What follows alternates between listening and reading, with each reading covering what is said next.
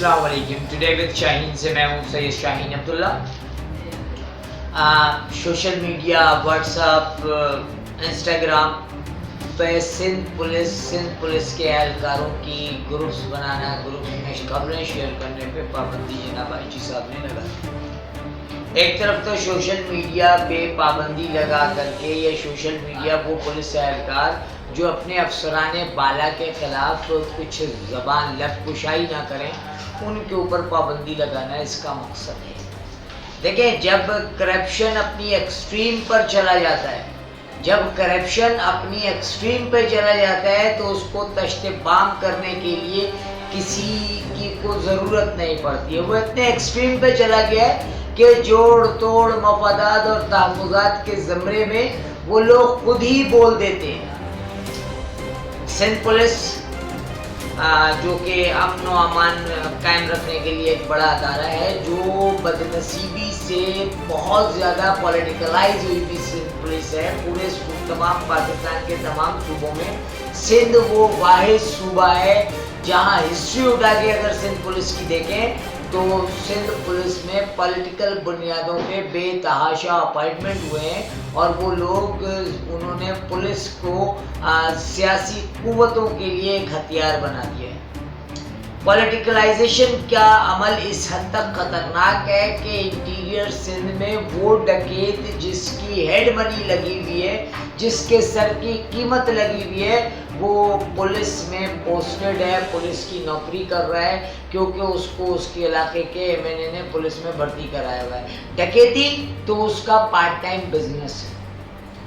बिल्कुल इसी तरह से अभी पिछले दिनों सिंध के वज़ीर ख़ारजा ज़ुल्फ़िकार मिर्ज़ा साहब ने जो कि वज़ीर दाखिला थे हुकूमत सिंध के, हालांकि उस वक्त मुत्तहदा हुकूमत में थी, उन्होंने 11,000 लड़कों को अपॉइंट कराया जिनका ताल्लुक चाकीवाड़ा, लियारी और जो गैंग वार के बाकायदा लोग थे। एक एक बंदे की 10-10 एफआईआरें कटी हुई थी और उन्हें सियासी बुनियादों पे पुलिस में भर्ती कराया गया। बिल्कुल उसी तरह से सुप्रीम कोर्ट की रूलिंग के बावजूद बाज़ एसएचओ साहबान अभी तक जो है वो थाने में बहैसियत एसएचओ नामजद हैं, लगे हुए हैं, उनको हटाया नहीं जा रहा है। हालांकि सुप्रीम कोर्ट ने मैं नाम लेकर के उसकी वजाहत से आपको बता दूंगा कि अब मिसाल के तौर पे सुप्रीम कोर्ट की रूलिंग है कि कोई जो भी शख्स होगा वो अपने पेरेंट्स डिपार्टमेंट में चला जाएगा, डेपुटेशन ख़त्म कर दी गई। क्या आईजी साहब के इल्म में नहीं है कि कौन कौन सा एसएचओ जो है वो रेलवे पुलिस से आया है या एफआईए से आया है या मुख्तलिफ महकमों से आया है और आज आकर के, चूँकि वो इन्फ्लुएंशियल है, अफसराने बाला का वो बीटर है जो किचन चला रहा है, तो उसको कैसे हटाया जाएगा। बिल्कुल इसी तरह से बहुत सारे पुलिस के करप्शंस जो हैं। अच्छा, अब आईजी साहब ने कुछ चीज़ें जो है तश्तसबाम हो रही थी, लोग व्हाट्सएप ग्रुपों के ज़रिए कुछ पुलिस के जो सेक्रेट्स हैं कि फ़लाँ जो है वो 30 लाख दे करके एसएचओ लगाए, फ़लाँ जो है ना 12 लाख रुपए दे करके एसएचओ लगाए, फ़लाँ जो है एसएसपी का मंजूर नज़र है, फ़लाँ जो है आईजी का मंजूर नज़र है। जब एक इंस्पेक्टर जो कि उम्मीदवार है एसएचओशिप के लिए, उसका एक सब इंस्पेक्टर उसके ऊपर से आके एसएचओ लगा दिया जाता है क्योंकि वो किसी पॉलिटिकल पार्टी की पर्ची पर है या किसी एसएसपी या किसी डीआईजी के किचन का ख्याल रखता है।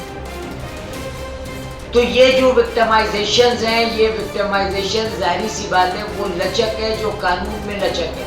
कानून की रिट कमज़ोर हो रही है, कानून की रिट ख़राब हो रही है, कानून यहाँ डिमोलिश हो रहा है, कानून यहाँ डिमोलिश हो रहा है, कानून यहाँ बैठ रहा है। मेरी बात को ज़रा सा अगर समझें तो मैं जो वजाहत से बताना चाह रहा हूँ कि रेट यानी कैपेबिलिटी जो चैलेंज हो रही है या जो कानून में लचक पैदा हो रहा है, उसकी वजह पॉलिटिकलाइजेशन ऑफ सिंध पुलिस है। यहाँ आईजी भी पॉलिटिकल इन्फ्लुएंस से ही लगता है, यहाँ डीआईजी भी पॉलिटिकल इन्फ्लुएंस से लगता है और जो मेरिट की बुनियाद पे एसएसपी डीआईजी बनता है उसे सूबा बदर कर दिया जाता है। क्योंकि देखें, अवाम में पाकिस्तान पीपल्स पार्टी का कराची और हैदराबाद के अवाम में वजूद नहीं है। میں نے ایک جگہ سے مرتضی وہاب صاحب کو گزرتے ہوئے دیکھا، ویسے صاحب بھی انہوں نے مجھ سے ہیلو ہائی کی. میں نے کہا آپ کی گاڑیاں آپ کے پروٹوکول کی وجہ سے لوگوں کو پتہ چل رہا ہے کہ یہاں مرتضی وہاب آیا ہے، ورنہ ایک آدمی بھی ایسا نہیں ہے جو آپ کو شناخت کر لے یا آپ سے کسی انسیت یا محبت کا اظہار کر لے، کیونکہ آپ یہاں کے لوگوں میں سے ہیں ہی نہیں. بالکل اسی طرح سے سندھ پولیس میں جو لوگ بھرتی کیے گئے ہیں وہ کسی نہ کسی پولیٹیکل انفلوئنس سے کیے گئے ہیں یا کسی نہ کسی جسے کہتے ہیں سیاسی وابستگی کی بنیاد پہ لائے گئے ہیں. ان کو کراچی اور حیدرآباد کے لوگوں کا نہ غم پتہ ہے نہ ان کے مسائل پتہ ہیں. انہوں نے تو صرف آ کر کے اپنی SHO شپ کرنی ہے اور افسران بالا کے کچن کے اخراجات پورے کرنے ہیں. اب سوال یہ پیدا ہوتا ہے کہ ایسا کیوں اور کس طرح سے ہو رہا ہے. دیکھیں سن 2004 5 6 7 میں جب یہاں سٹی ڈسٹرکٹ گورنمنٹ ہوتی تھی تو SHO صاحبان کام کر رہے تھے، کیونکہ ناظم جو ہے وہ یہاں کی آبادیوں میں سے تھا. وہ بلاتا تھا SHO کو، کہتا تھا جی تم میرے ماتحت ہو، اس گلی میں اب کوئی چوری نہیں ہونی چاہیے، چوری ہوگی میں تم سے پوچھوں گا، تو چوری نہیں ہوگی. لیکن اب چونکہ اہلیان کراچی اور حیدرآباد کا گراس روٹ لیول پہ انٹریکشن یا کانٹیکٹس ختم ہو گئے. یہاں آپ کے ڈپٹی کمشنر صاحبان کہاں کے ہیں؟ لاڑکانہ نواب شاہ رتوڈیرو کے. یہاں آپ کی بیوروکریسی کہاں کی ہے؟ نواب شاہ لاڑکانہ. یعنی آپ اندازہ لگائیں کہ جتنی وارداتیں ہوتی ہیں وہ سیٹرڈے اور سنڈے کے درمیان میں ہوتی ہیں. اس کی وجہ یہ ہوتی ہے کہ فرائیڈے کو تمام ججز انٹیریئر چلے جاتے ہیں، تمام افسران بالا جن کا تعلق سندھ سے ہوتا ہے اپنے گاؤں اپنے گھروں میں چلے جاتے ہیں، تو یہ شہر لاوارث ہو جاتا ہے. اچھا، اس کی وجہ کیا ہے؟ عملی طور پہ سندھو دیش بن چکا ہے.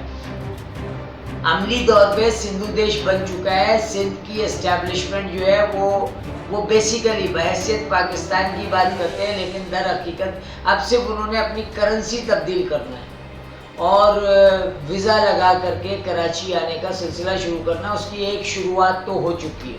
ابھی کووڈ میں جب انہوں نے کراچی کو سیل کیا تھا تو کراچی آنے والی بسیں جو ہیں کراچی سے 20 کلومیٹر فاصلے پہ نوری آباد کے پاس ان بسوں کو روک دیا گیا تھا اور وہاں سے لوگ اپنے بیگ اٹھا کر کے پیدل چل رہے تھے. تو سوزوکی والے، رکشے والے، ٹیکسی والوں کی چاندی ہو گئی. تو ایک عملی طور پر ایک وہ جو کانسیپٹ تھا وہ کلیئر ہو گیا ہے کہ سندھو دیش بن چکا ہے. اور یہ وہ سندھو دیش ہے جس کی حفاظت بھی ہماری افواج پاکستان کر رہی ہے، اس کی سرحدوں کی حفاظت بھی افواج پاکستان کر رہی ہے. یہ ہماری ایک بہت بڑی پولیٹیکل غلطی ہے اسلام آباد کی کہ جو اس نے یہ غلط ڈیسیشن لیا اور غلط ڈیسیشن لے کے بیلنس آف پاور کو ختم کر دیا اور ایک کراچی اور حیدرآباد اٹھا کر کے سندھو دیش کے ہاتھ میں دے دیا، گود میں دے دیا. اے موجے بلا دے دو چار تھپیڑے ہلکے سے ان کو بھی جو ساحل سے دور بیٹھے طوفان کا نظارہ کرتے ہیں. اس بات کا ادراک انہیں ہوگا جب انہیں لاہور سے اور اسلام آباد سے ویزا لے کے کراچی آنا پڑے گا، تو انہیں اندازہ ہوگا کہ انہوں نے اس پاکستان، اس ارض وطن اور اپنی ماں کے ساتھ کیا کیا ہے. جن لوگوں نے لاکھوں جانوں کی قربانی دے کے اس ارض وطن کو بنایا، ان لوگوں کی روحوں سے ان لوگوں کی روح یا وہ روز حشر کیا جواب دیں گے ارباب اختیار کو؟ کیا پاکستان اس لیے بنایا تھا کہ 70 سال کے بعد اس کا ایک حصہ جو ہے وہ بنگلہ دیش بن جائے، ایک حصہ جو ہے وہ سندھو دیش بن جائے، ایک حصہ جو ہے گریٹر پختونستان بن جائے، ایک حصہ جو ہے وہ آزاد بلوچستان بن جائے؟ تو ان لوگوں کو جنہوں نے پاکستان بنایا، اپنے جانوں کی، اپنے مالوں کی، اپنے اجداد کی قبروں کی قربانیاں دی، ان کو کیا ملا؟ وہ لوگ ہندوستان میں بھی بہت ویل سیٹل تھے. یعنی میں نے آپ سے اپنے پچھلے پروگراموں میں بتایا کہ ایسے ایسے نواب اور رؤسا تھے کہ جو اربوں کی جائیداد چھوڑ کر کے پاکستان آئے تھے، صرف اسلام اور اس وطن کے لیے انہوں نے قربانی دی. Today with Shaheen says Shaheen Abdullah.